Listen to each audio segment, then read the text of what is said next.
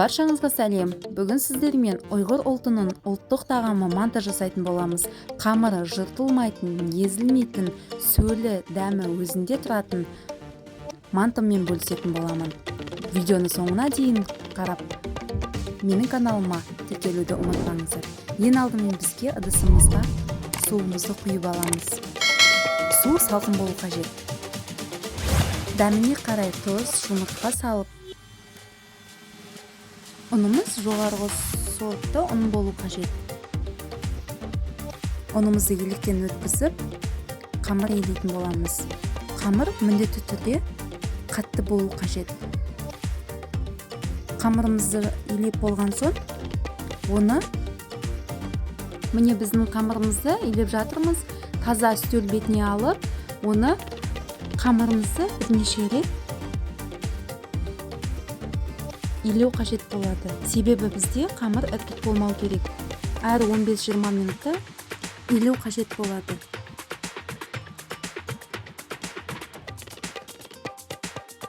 Енді бізге салмасын жасау керек.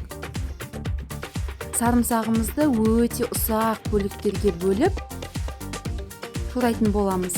Себебі біздің мантымыздың сөлді нәрлі болуы тікелей осы сарымсағымызға байланысты.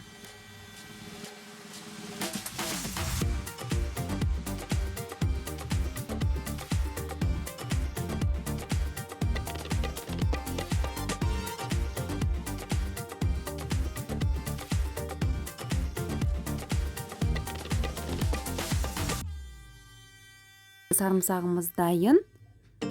Енді бізге етімізді салу қажет. Ет дайын. Етімізге сиыр майынан салатын боламыз. Қалауларыңызша зиря, қара бұрыш, тұз, дәміне қарай, және де сұйық май. Енді араластыратын боламыз. Біздегі салмамыз дайын. Енді бізге қамырымызды дайындау қажет. Қамырымызды видеода көрсетілгендей 5 бөлікке бөлетін боламыз. Оны дөңгелек тәріздес етіп, осылай жасап шығамыз.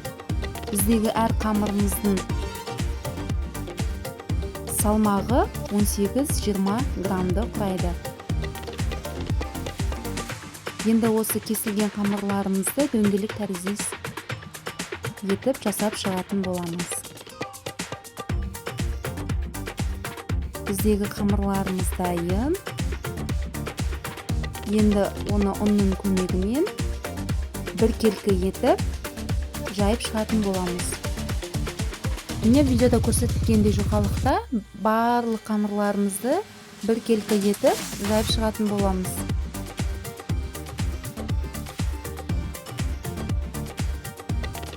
Онда аса көп қажет етпейді. Енді бізге дайын болған қамырларымызға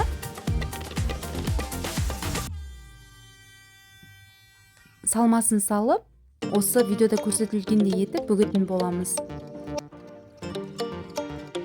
Мен сіздерге үлгі болсын деп 5-6 түйілген мантыны сақтап қойдым. Бұл өте оңай жасалады, ешқандай қиындығы жоқ. Бірінші кезекте қамырымыздың екі жағын біріктіріп, кезек біріктіріп шығатын боламыз.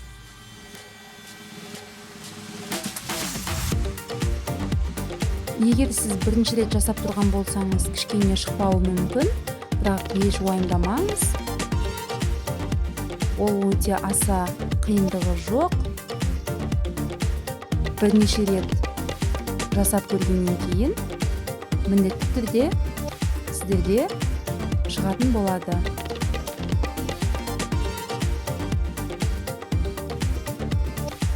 Түсінікті деп ойлаймын.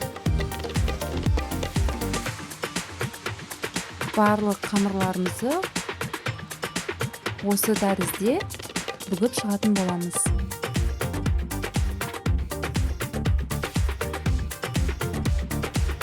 егер біздегі сарымсағымыз өте ұсақ болған кезде осы бүгу кезінде ешқандай кедергі жасамайтын болады.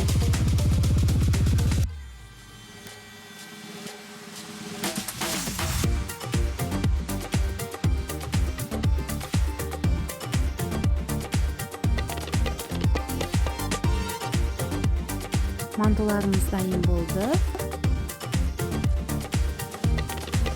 5-40 минутта парда пісіретін боламыз. Мантыларымыз дайын. Манты өте дәмді, қамырлары жыртылмайды. Өз қалауларыңызша әсемдік үшін паприка себуге болады. Мантылардың қамыры өте жұқа және дәмді болып шығады. Егер мантылар ұнаған болса, менің каналыма тіркеліп, лайк басып, комментарий жазуды ұмытпаңыздар.